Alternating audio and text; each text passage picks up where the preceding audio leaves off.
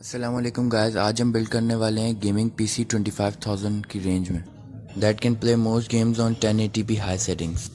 First of all you have to buy a Core i5 second generation PC that would cost you around 10,000।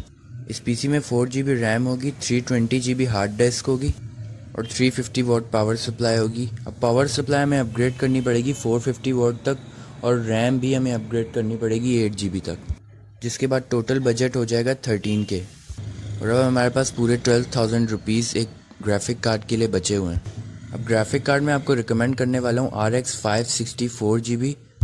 That is the best card you can get under 20,000 rupees.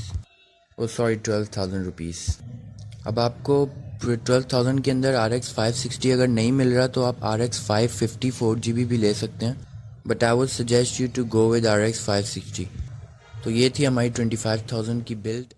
Benchmark की link आपको description में मिल जाएगी। Hope you guys like the video, kindly like share comment and subscribe और मुझे comment section में ज़रूर बताइएगा कि मैं अपनी अगली बिल्ड कितने पैसों पर करूं।